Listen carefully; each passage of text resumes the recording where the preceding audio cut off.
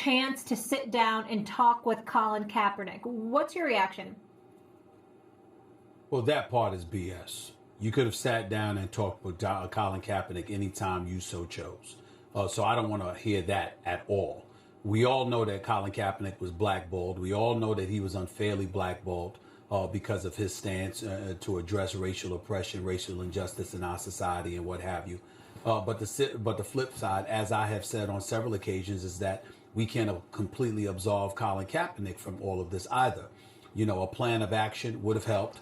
Working with Roc Nation and Jay-Z from the moment that Jay-Z was inserted into the equation and basically placed at the table would have gone a long way. That tryout that Max and I have gone back and forth about because he didn't want to sign a waiver per se. That definitely would have gone a long way. I told y'all then that was the last straw, and I firmly believed it was the last straw because I believed that when 26 different teams, many of whom were represented by African Americans, showed up in Atlanta for that workout.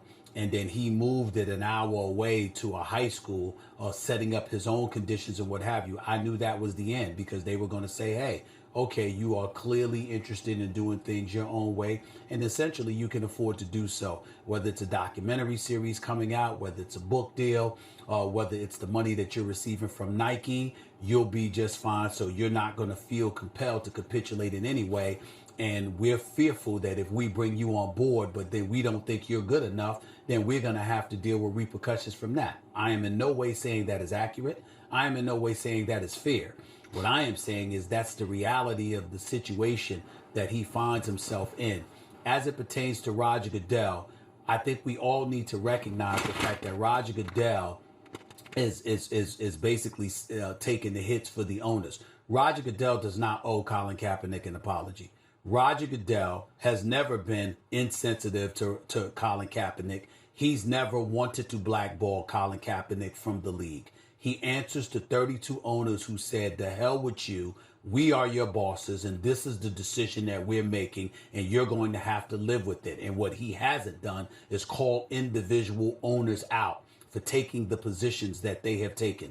It's not everybody, but there's a slew of owners who have taken that position. They wouldn't budge 1 inch, and we learned in the aftermath of all of this, that's exactly what they did when the report came out. Max, what was it, a few months ago, where it was highlighted that an owner had projected that they were going to lose 20% of the gate, any team that brought Colin Kaepernick in and all of that stuff. Obviously, that's not relevant now, but those are the kind of things that were going on.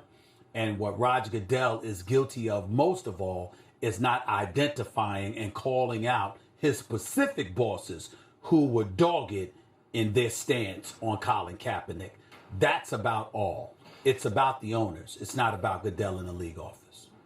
I agree with you. It's about the owners. The owners, the racist white owners of Major League Baseball pre-1947 used to use that same excuse to not have for the color barrier. Oh, but our paying customers, sure, they're not going to patronize the product, and we're going to lose this much money.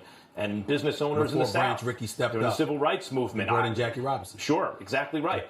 Yeah, well, I'd serve black patrons, but understand that the white customers, the racist white customers around here, won't give me as much. It's always been an excuse. And in this case, it's more excuses. And in fact, you and I went back and forth about the tryout with Kaepernick because it was quite clearly, to my mind, an excuse to smuggle in indemnification from certain legal indemnification under the guise of a workout, which is why they tried to have him sign a non-standard waiver. But okay, we've discussed that in the past, and maybe we'll discuss it again on this show. Yeah, and the NFL said that it was not non-standard. Well, go ahead. Right, but I saw the difference between the standard one and the one he was supposed to sign, and there were differences. So did I. So unless they adopted that new version on an ongoing basis, and I don't know the answer to that question, I highly doubt it. But I'll say this. By the way, Acho, great name for a show. It's intriguing.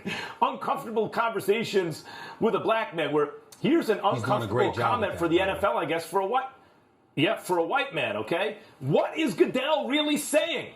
Let's run it through the translator, right? Let's translate what Goodell is saying. I'm sorry we didn't listen to Kaepernick sooner. Well, Is Goodell an idiot? I don't think he's an idiot. Are the owners who pay his check idiots? I don't think they're idiots. So unless they're profoundly stupid, they understood the message, which was loud and clear from Kaepernick, from his representatives, and from the media. It was covered nonstop. His argument was clearly articulated. Only a moron wouldn't understand it, and these men are not morons. So what does that leave? Are they liars? No, this is what they, well, you decide for yourself, but this is what they are. They're in business. And the bottom line is what Goodell is really saying when I translate it is, oh, sorry. We didn't really know Black Lives Mattered before George Floyd, in the face of a pandemic, with the underlying calamity of the pandemic and then the flashpoint of George Floyd. We have seen public opinion in the mainstream shift, especially among youth culture. But for the first time in this, maybe since civil rights, we see a lot of white people saying, wait a minute, this isn't right. So sorry, we couldn't have predicted a pandemic, and then George Floyd being a flashpoint on top of that, and then the majority of this country saying, hey, wait a minute, you know what? Black lives do matter. We didn't know. If we could have predicted that, maybe we would have handled things differently. In other words, we only care about our bottom line, and we are completely amoral, not immoral, not we're bad guys, unless you, maybe for good reason, feel being amoral in the face of a moral catastrophe is immoral. But we're not interested in morality. We're interested in the bottom line and only the bottom line. So now that we see our bottom line can be affected, whoops, sorry, that's how I hear what Goodell said.